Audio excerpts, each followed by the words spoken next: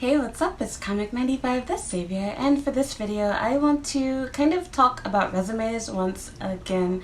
I haven't touched on the subject in a while, but I've gotten a couple of emails and I read one comment that asked a really good question that I honestly never really thought about so much as far as my advice videos, which is, how should you make your resume?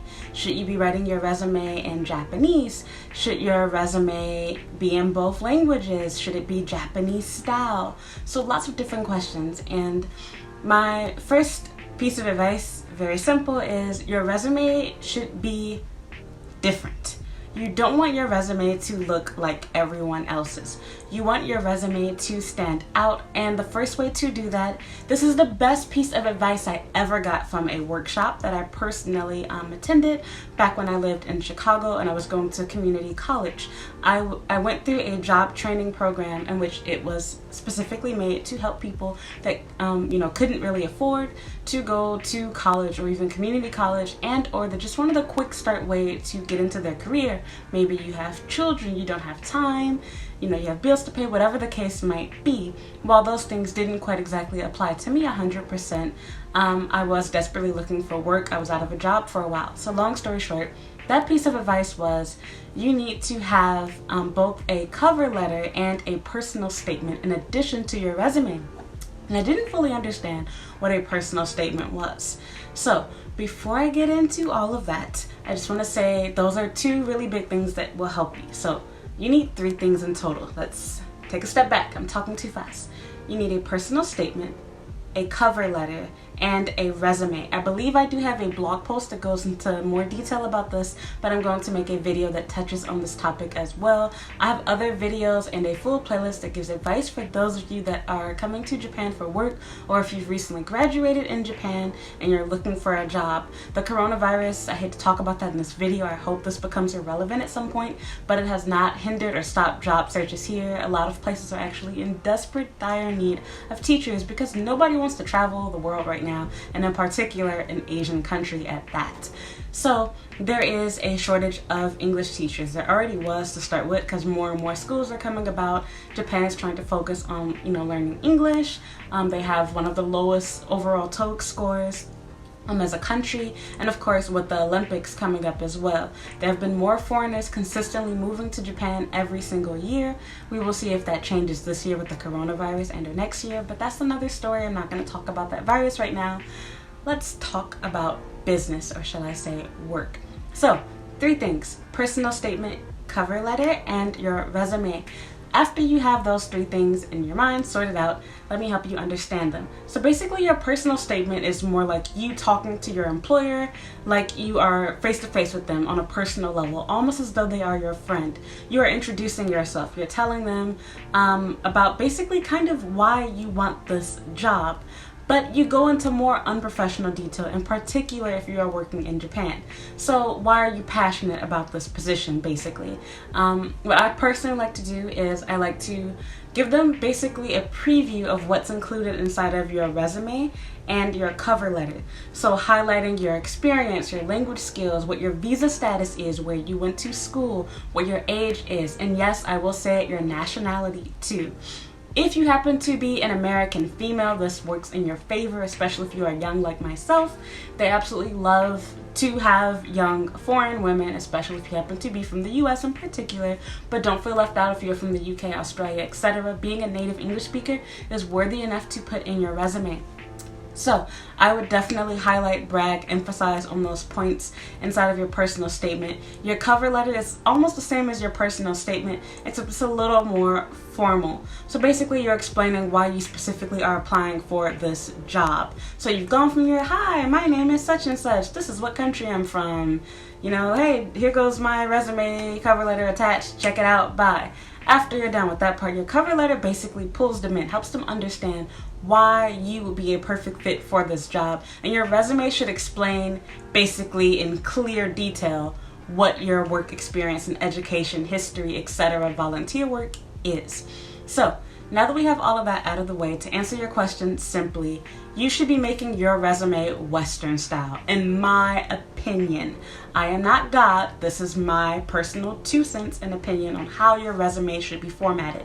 The reason why I say this is for a few different reasons. I personally find that when you try to put your resume in another language or try to do something totally different from what you're used to, you're more likely to make mistakes, make your resume more complicated to understand, and you're also more likely to just make it weird altogether because you don't know what you're doing 100%. The second reason is there is a 99.9% chance that the person that will be reviewing your resume is not going to be a Japanese person, rather another native speaker or someone that is native fluent in English. Thus, it's a lot easier if your resume is already written in English and clear and easy for them to understand. And the next reason is, the reality is most jobs don't really pay a lot of attention to your resume. They simply briefly look over it, see if you have a degree or not, see if you have some kind of experience or not, and that's it. They don't bother to, most of the time, not always, but they don't normally bother to do things like check your references, check your education background, your volunteer experience, etc. They go strictly based off of what you said, and most interviews, again, keyword being most interviews, are not going to quiz you on your experience, etc. They will just take it into consideration when considering your salary and are asking you questions, possibly. But again, this all varies. It's not 100%. Every job is totally different. There's no cookie cutter, one size fits all. But I will say on average, most jobs don't really care about your resume to begin with. These are the things that matter in your resume. This is something that is taboo to Americans because it will be seen as illegal, because jobs could easily, more easily than by telling your name or address, use this to discriminate against you by your age and your nationality and of course your physical appearance, whether it be because of religious reasons or you not being physically attractive enough or your race, whatever the case might be. You need to include a photograph at the top of your resume. It should not take up the entire page or something. It should just be a small picture in the corner that shows what you look like, preferably a nice polished version of yourself. It doesn't need to be super professional where you're wearing a $3,000 suit, although that would be nice if you can afford to do that, but it also should not be you wearing casual bum clothes or with a gun in your hand and eating food, etc. You should look like you are, going to work, a little bit professional if possible. That should be your selling point right there.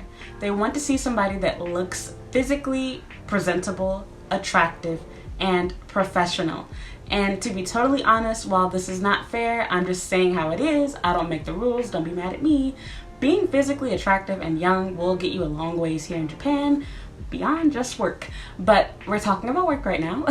So as far as that goes, yeah, you really want to make sure that you look good in your picture. Keep in mind that in Japan, Photoshop is totally normal. Like, for your passport photos, for your residence card, everything, they have these little kiosk machines that you go to. It looks like the little photo booths at the mall, except these are specifically made to Photoshop the crap out of you. And yeah, it basically makes you look blemish free and beautiful for you to put as your resume picture, which is great if you're someone like me who has those random bad skin days like right now. So that's that. Don't think too much about this. You can use an app on your phone. You could take a picture at a kiosk and, I don't know, scan it or take a photo of that picture and add it to your resume through your phone or online. You can have a friend take a picture. You can pay someone. You don't really have to go through a lot. Don't overthink it. To be totally honest, I've been using an old picture that I took with my laptop using a 480p camera or something from my MacBook. I've been using it as my resume picture for quite some time now. So again, I don't overdo or overthink it, and I'm actually not wearing professional attire in that picture, but it is where you are only seeing my neck up, which is all they need to see, and from the picture it looks like I'm wearing like a white turtleneck. So that's that. Beyond the resume photo, you obviously want to highlight any type of background experience that you have with teaching, but not just, where you've worked or where your education is. Japan loves certificates and photos. Even if your certificates aren't directly related to teaching, such as having a certificate in nursing or in pharmacology, etc., like how I do, include those things. They would love to see and hear about that, and it kind of adds to reasons for them to pay you more, to see you as being someone that knows their stuff, that can be used, as a nurse if they need in an emergency or something like that. So keep that in mind. As far as pictures go, keep in mind that again, Japan loves stamps, they love pictures, they love certificates. Pictures that show you in the act of teaching are a lifesaver. I already made a video and blog post on this, but again, I'm kind of just updating it, refreshing you. Having pictures that show you in the act of teaching, that show you doing events like graduation or special ceremonies, sports day, Christmas parties, Halloween parties, etc., dance, recitals or whatever the case might be. These are all super great. It shows that, you have a lot of experience, you're versatile, you know how to do and deal with different situations. A lot of schools might ask you, if you have any experience with, doing talent shows or events or speech contests, etc., if you're working at an international school. And having this experience under your belt is super, super helpful. If you're working or your past experience was as an ALT, this will be very difficult to obtain, but if you work at an international school, you can ask your coworkers or the staff there to take, if they could take some pictures of you, or you could simply take the pictures that they have of you from their blog or their Facebook page, etc. And if your job is super nice, like how mine was, and they actually had a Google Drive folder in which all of the photos that they took at events were saved to, so you can just grab them, download them, save them for yourself. So Japan loves that, so please take advantage of this. Very simple. Even if you don't have a ton of experience, any pictures you can get that showcases you teaching, let your resume speak for itself. Add those pictures to it. It will help you. It doesn't matter how tacky it looks. Trust me, it works. It sells here and it's totally okay. They don't have the same resume rules that we have in the US. What you don't want to do is include references. You want to wait until the job actually contacts you. Don't give them more information than what they're asking for as far as that goes. But do feel free to brag on yourself. That's what your resume, cover letter, and personal statement is made for. Talk about the fact that you're young. Talk about the fact that you're a native speaker. Talk about the fact that you have this experience. You really need to sell yourself to this employer, because keep in mind that while you might be young, you might be American, you might be a native speaker or have all this experience, etc., there's going to be hundreds of other applicants that are even more qualified than you are. For example, I've racked up a lot of experience since I've been in Japan, but there's always someone that has a master's degree. There's someone with a doctorate degree. There's someone that has been in Japan for 20 years. There's someone that's taught here for 20 years and worked overseas in both Korea and China. How can I compete with that? Again, I have to sell myself in my personal statement, my cover letter, and of course the pictures that I have showing my ability to teach. All of these things take place before the employer actually meets or talks with me in most cases. Thus, I really want to put my best foot forward, and I highly suggest that you do the same. So anyway, all I have to say is don't overthink it. Again, you really just want to explain why you are the best candidate for this job. You want to talk about how you're passionate about teaching and how you're understanding and you're empathetic and you know what it's like to be a student or to learn a second language. You have that caring, nurturing side. You want to show them that your availability is open and that you're flexible and that you're a team player.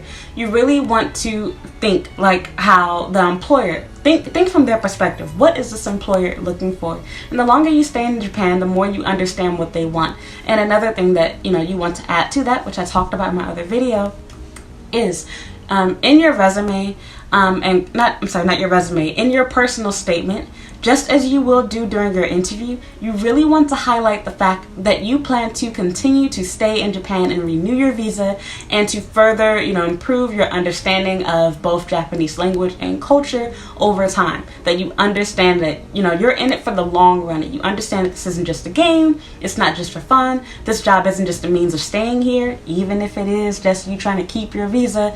You don't want the employer to think like that. You want them to see you as someone that they can trust, someone that is reliable, someone that is professional, someone that has long-term plans. Employers don't want to hire somebody that only plans to do their contract for 1 year and has no interest in renewing it. Can you get a job? Yes, people are here on holiday visas, etc. But if they have other applicants, they will almost always choose someone else over you. And you best believe you're going to get lowballed when it comes to salary options. Negotiating normally will not be on the table for you. So that's that. I hope you found this video helpful. Long story short, to recap again, add photos to your resume. You don't need to write it in Japanese. You don't need to use Japanese format. All you need in your resume is to have at least one clear headshot of yourself. That should be the only photo at the top. All of the other pictures that you have inside of your resume should be at the bottom of your resume. After you've given all the information, those pictures should only be pictures showing you teaching. Not pictures of the kids that you taught, but pictures of you in the action of teaching. Keep in mind that Japan has a lot of rules of privacy, especially when it comes to children. So to justify your use of these pictures, you want it to be pictures that have you in it as well, preferably, and or that you've gotten permission to use. So that's that. Thank you so much for watching. I hope you enjoyed this video and found it helpful. If you did, please leave me a comment, give me a thumbs up. If you have any advice that you would like to give to other new teachers or people that are trying to change jobs, please feel free to leave it down below. I would also highly suggest that you check out my YouTube playlist on how to work in Japan, as well as my blog at comic95thesavior.com or comic95.com. Thank you so much for watching.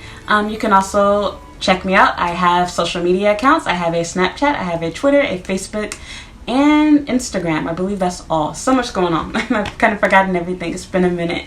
So thank you so much for watching. Bye.